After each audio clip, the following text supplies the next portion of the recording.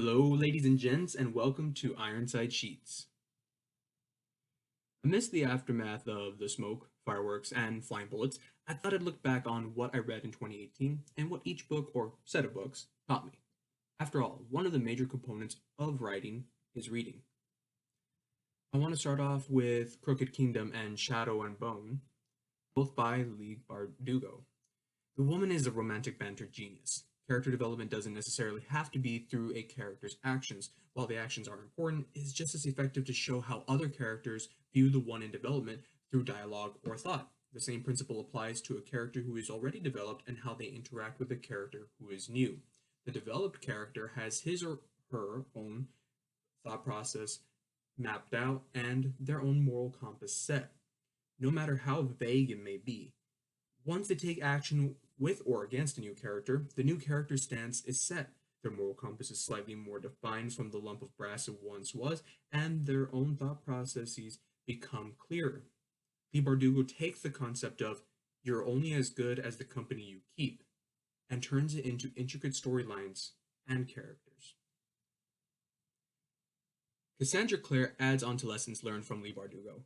In Clockwork Angel, Clare focuses on the psychological traumas of different characters and not only how they grew up with the traumas, how they interact with a new character who has only recently suffered through an ordeal. The established characters seemingly wish to aid and protect the newcomer, but it is their actions behind her back that shows, pardon the repetition, their true character. Deception and conflict make the scenario.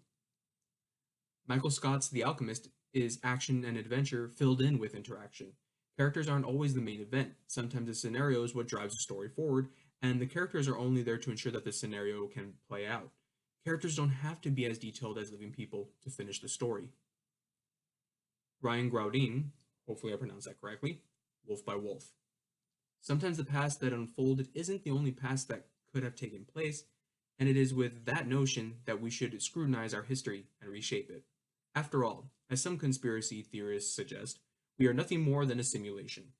What is to say that we are not all in an extremely detailed book? The Lord of Opium.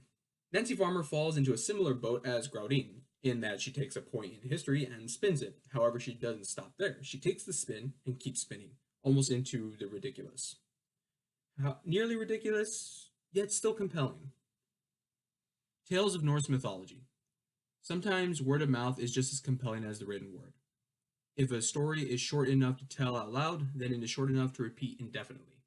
Repeat it enough, and it will stick around. Last but certainly not least, we have Catherine Lasky's The Gardens of Ga'Hoole. Now, this isn't the whole series, but this is what I got through this year. Neither characters nor individual plots have to be fleshed out to the point that every character can be imagined right in front of you at any given time.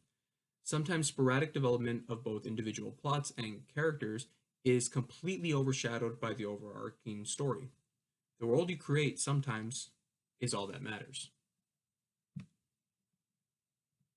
My goal for the year was a minimum of 12 books at 3,600 pages, averaging 300 pages per book.